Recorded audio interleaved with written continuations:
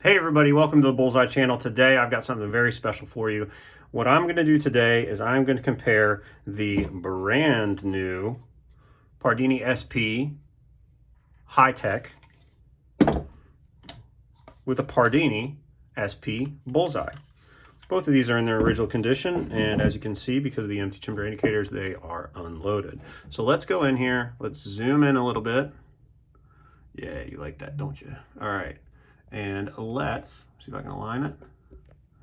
Start talking about these two. So largely identical, but I saw that they released a new one in green, and I said, oh man, one is nice, but two is better at twice the price. And so we went in and we got two of these bad boys. This one is the SP Bullseye. So this is made for American Bullseye. This is the new rapid fire HiTech. So let's go back and let's first move this one to the side. I know you like looking at it, and let's just talk about the SP Bullseye. So the SP Bullseye came out, I think in like 2016, maybe around there, and it offered some features that American shooters had been wanting. Namely, it offered Picatinny rails in the front, right? So kind of the biggest bugaboo with Pardini, right? Pardini being sort of Olympic heritage, really didn't have great solutions for mounting a red dot optic, which is the standard in American Bullseye. Ooh, we got a little bit of something there. And they have these, like, they do have rails, but they are the tiniest little rails. And you can hardly fit your fingernail in there, and that's about it. So you'd have to either get a really, really special rail from like Kodiak, or you'd have to like file down one. And it was just a big old hassle. And so what they did is they chopped off a little bit in this front and they put some Picatinny.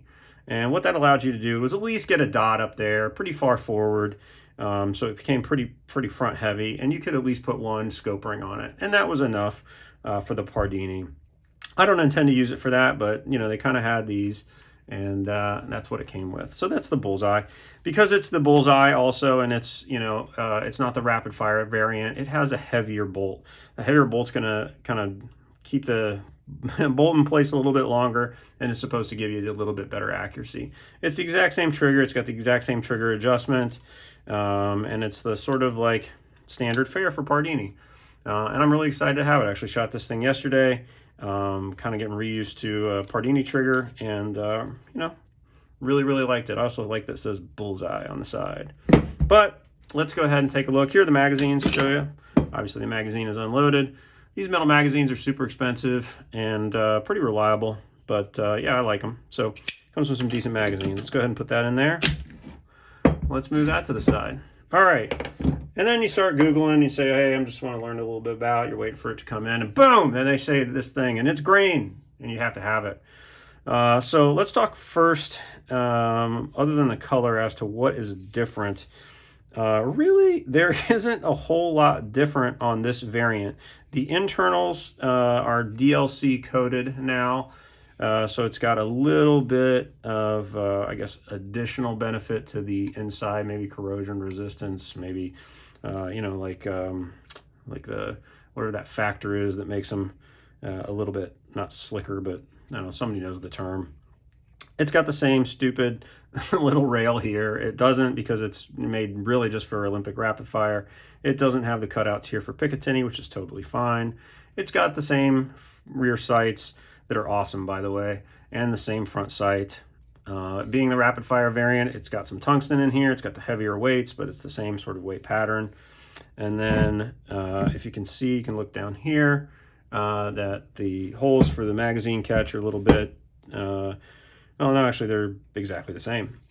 They've moved both in their, oh, sorry, let me get back in frame. They've moved both for the newer models of the HiTech, which is like going to replace, there's not going to be an SP Bullseye, I don't think, or maybe they will still do it, but the HiTech is like the new one, and they do make it in black. You can get one in black, but they've moved to start using these handles on the side as opposed to these little, like, I don't even know what you'd call them, Pop-Tarts.